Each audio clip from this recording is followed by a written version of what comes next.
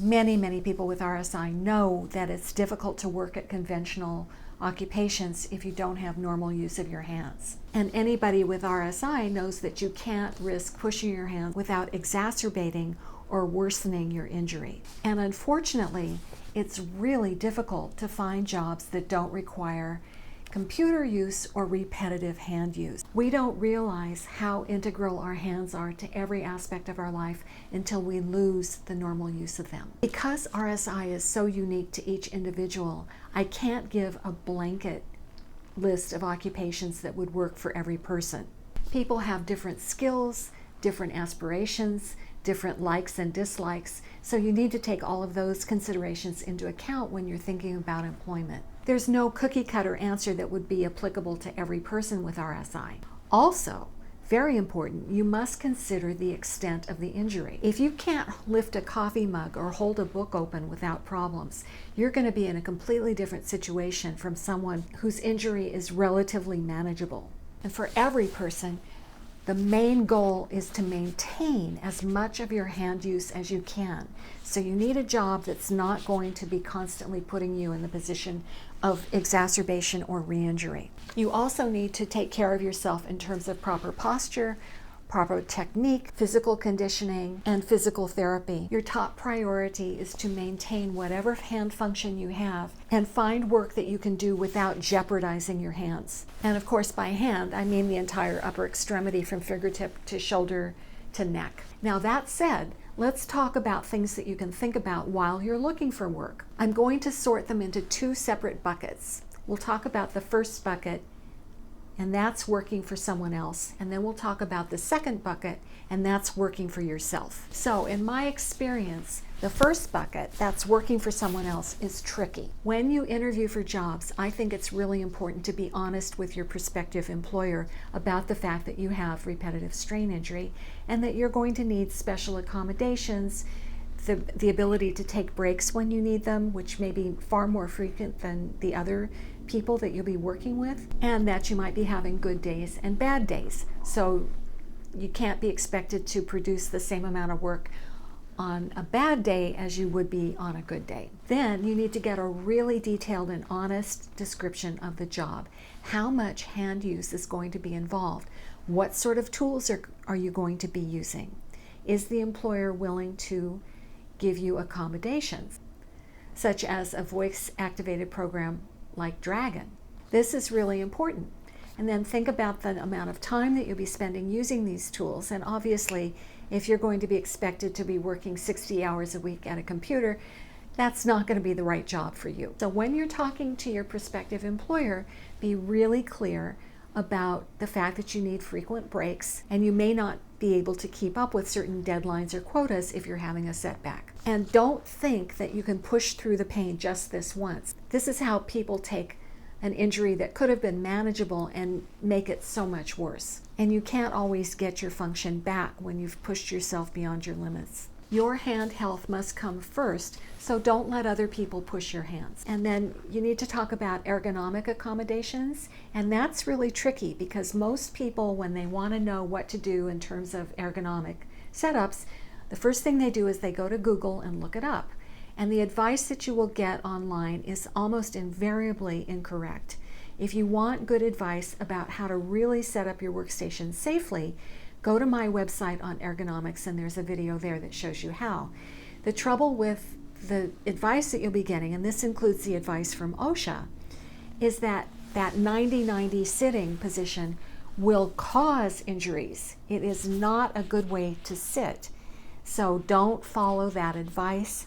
And remember that just bending your elbows and turning your palms down in the pronated position, which is the position of typing, is in and of itself a risk factor for injury. Just the position of typing is a risk factor for repetitive strain injury. I said it twice because it's important. This is why I recommend that people with repetitive strain injury use Dragon when it's feasibly possible. It's not ideal to use Dragon if you're in an open office setting and everyone can hear what you're saying. It wouldn't be good if you're working on sensitive information, and also it may be distracting for your coworkers who are trying to focus on what they're doing. But It's great to be able to go to your prospective employer and say, I am very proficient in Dragon, and that's what helps me stay productive. That way, you've removed a possible obstacle to them hiring you. And I highly recommend that you become proficient with Dragon before you need it. Be prepared for success, because you don't want to go in the first week of the job, be on deadline trying to make a good impression and not know how to use this program. It's complicated. In many cases, an employer may really like you and say, oh, it's fine, just take as many breaks as you need. But when it comes down to it, that may not actually be the case. They may not understand how severe your injury is and how many breaks you need and how long those breaks need to be. And a break could also be doing something different. So maybe for you, you could take a break where you're on the phone with somebody, so you're getting the rest from the computer, but you're not damaging your hands. That's a completely different kind of break than if you need to be on that computer constantly working on some spreadsheet or something, and you're not being productive. So think of breaks in terms of working breaks and breaks where you really can't do much of anything, because your whole job is involved with computer work. So that's a great position to be in when you don't have to use your hands constantly. You can switch to another task, still be productive, but not be using your hands, risking damage to them because you've pushed too far when you really needed a break. So I've heard of people who've gone in and their employer said, it's fine, take as many breaks as you need. But many of those people have quit because they still felt like they couldn't keep up.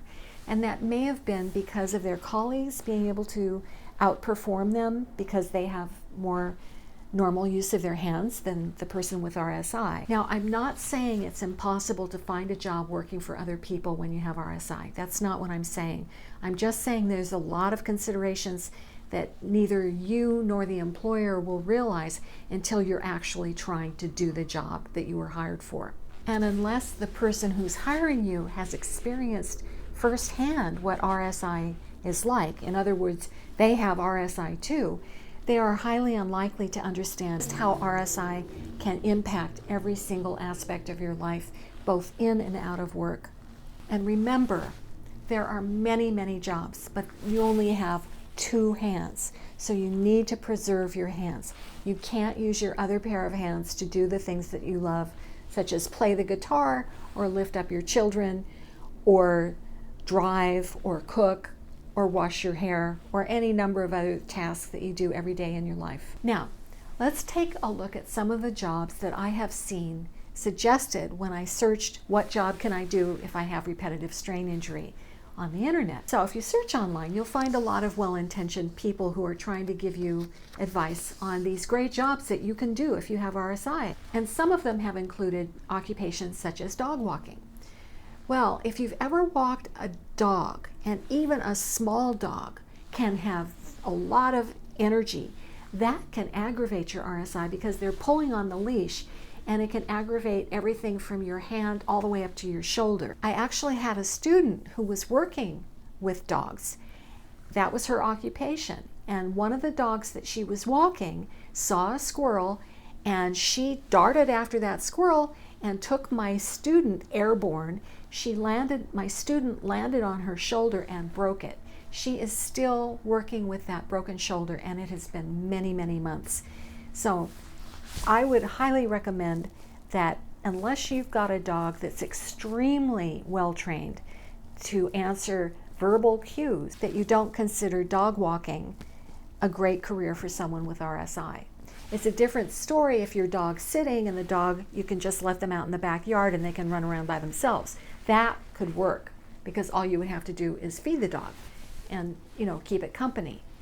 But think about these things. Think them through before you accept this job or decide that that's going to be your new career. Another occupation that was recommended for people with RSI was cooking, restaurant work. And I can't tell you the number of people who have worked in restaurants who have gotten repetitive strain injury that way. Lifting pots and pans that are heavy can be very tiring. It can be tiring to cook and stir things. Some people can't turn the pages of a book, much less flip a hamburger. So that's not really going to be a great occupation for someone with RSI. In fact, a lot of people with RSI have trouble cooking for themselves at home. because their hands can't even handle the amount of work involved in cooking one meal, much less being in a restaurant where it's assembly line and you're just cooking all day. Other people have suggested becoming a personal trainer. That's a good idea in the sense that you're using your whole body and you've got the ability to ask your client to do certain things instead of having you do it. But you should think about this. Think about the certification program that you're going to have to go through to be trained as a personal trainer. A lot of those people want you to be doing things like push-ups, which are very, very bad for people with RSI. And there's also a whole slew of exercises that I do not recommend for people with RSI that you would have to be learning and demonstrating in order to get your certification. So it's a good idea, but it may not be as practical.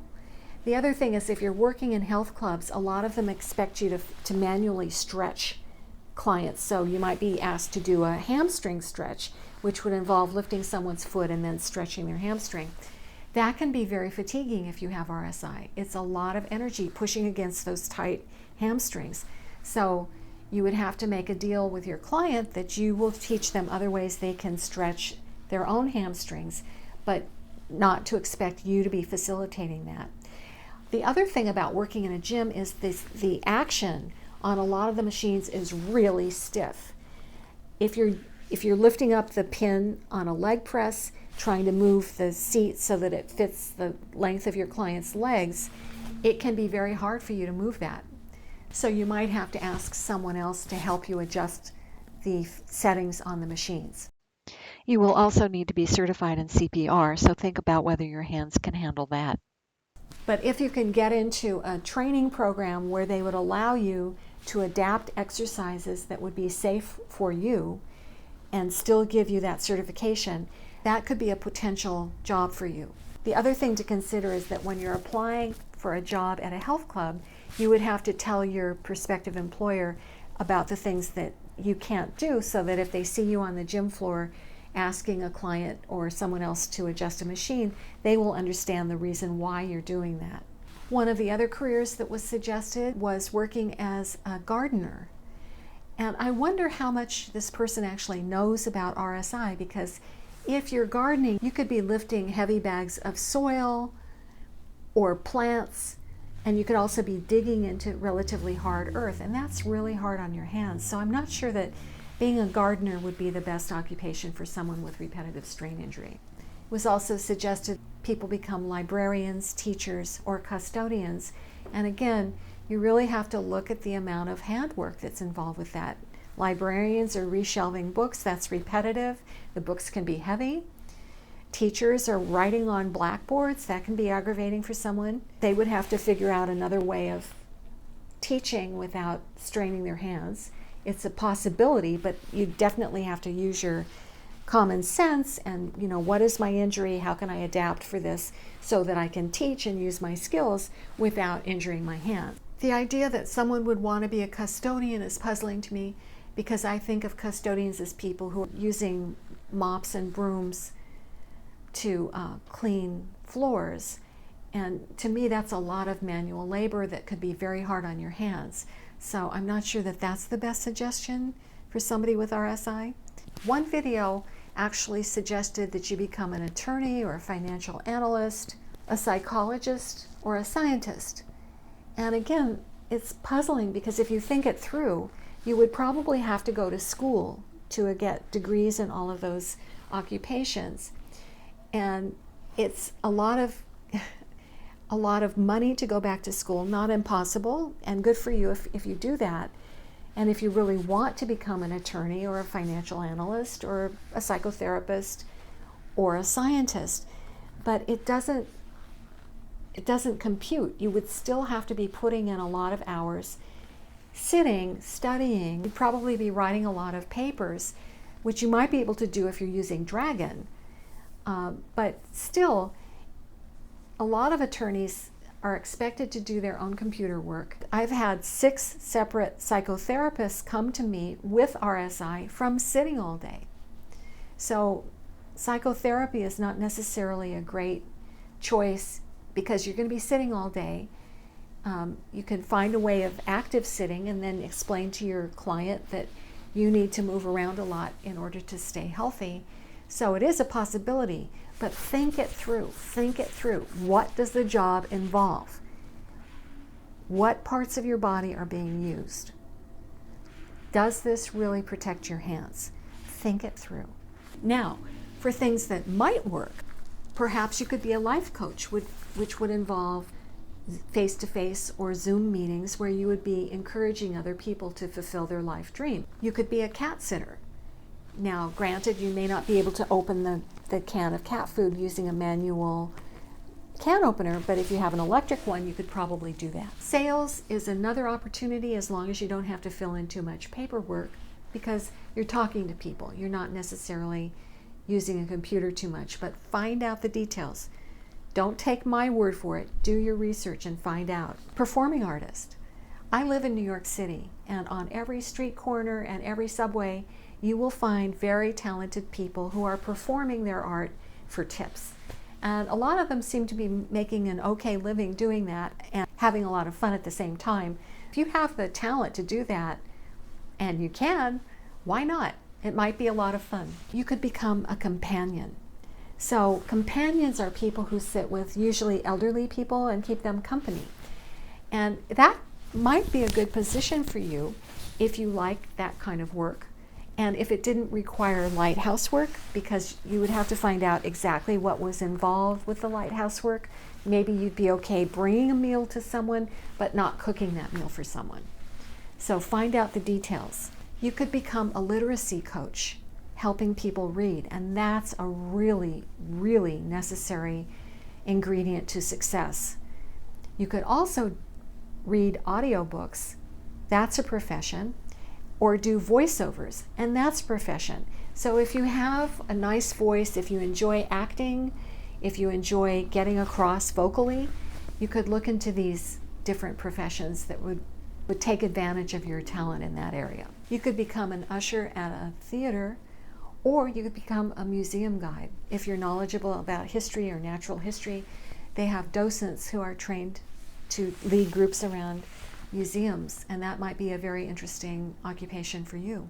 But whatever you do, find out what kinds of hand use are involved in the work and see if you can adapt that work so that it's safe for your own hands. Now let's get to the second bucket, which is actually my favorite, and that's where you work for yourself.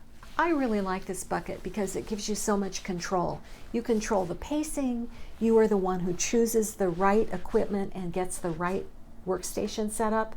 You don't have to rely on other people doing it perhaps not in the best way, because you're in charge of this. You might wind up working longer hours than other people or working on weekends, but it's better than injuring your hands trying to keep up with other people or quotas or deadlines. Now, self-employment is not without risk. You have to pay for your own health insurance and perhaps other kinds of insurance if you need it for your occupation.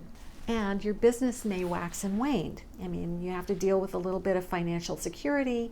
You also have to be your own marketing person, your own salesperson, because it's usually up to you to get the clients to come to see you. You also have to be self-disciplined because you are your own boss. So you have to set up a timetable where you're actually sitting down and getting that work done when you're up to it. But despite these potential downfalls, I think it's really great to be self-employed. Here's why. It gives you a chance to do things your way. So maybe you were in an occupation that you loved, but you didn't love the way that it was being done at your job. Well, if you go off on your own, you can do it the way you think is best.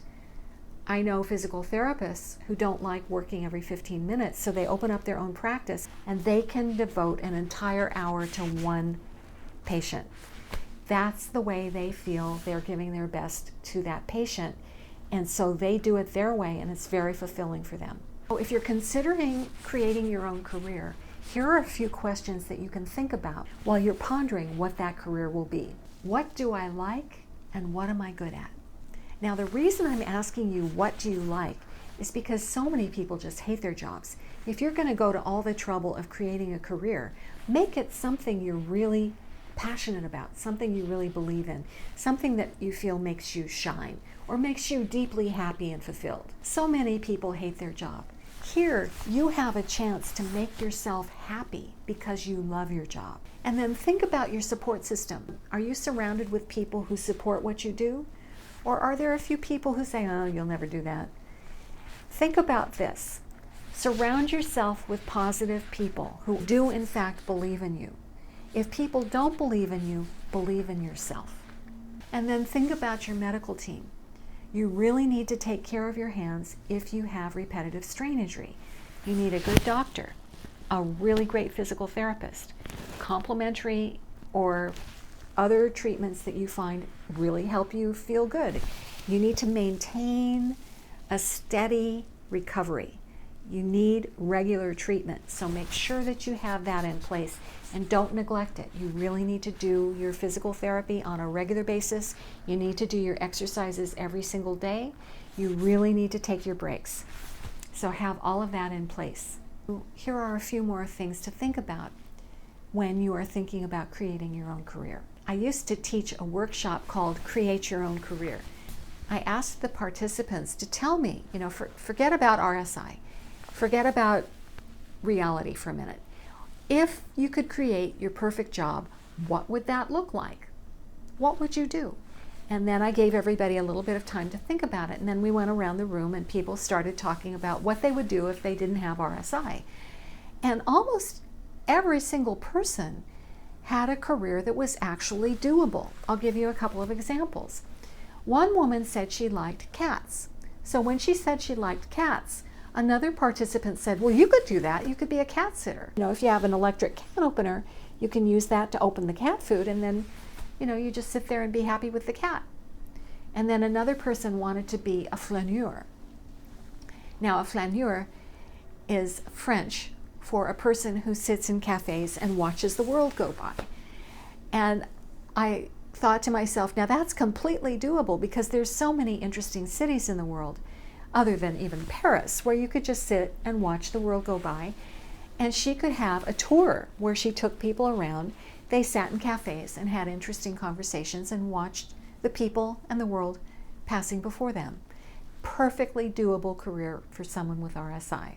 If you want to transition to a new career, consider some of the government programs that will help you with job retraining. I have put links to those websites in the details below, so check that out. Just remember that you may know far more about RSI than the person who's trying to help you get a job, because a lot of people don't understand just how difficult it can be when you can't use your hands normally. So they may suggest things that really wouldn't work for you. If you want to work, don't let anything get in your way. Keep trying. I believe that people who really want to keep working will find a way, and it will help them in many ways in the long run. People who don't work can get very depressed and feel very insecure or useless or helpless or all of those. Whether you realize it or not, you do have something to offer. I know you do. You wouldn't be watching this entire video if you didn't think that you had something to offer. If you weren't really invested in yourself and looking for work, you wouldn't be wasting your time here. So I hope you'll take a deep look in yourself and find that job. And when you do, drop a comment below and tell the rest of us, because you might be the person who inspires the next person who's doubting themselves at this moment, and your comment may be the one that turns their life around. Your success story may be the one that inspires them to give it a go themselves and lead to their own success. So I hope everybody is finding happy employment, contributing to society. And if you want more wonderful information about repetitive strain injury, watch the video that's coming up next.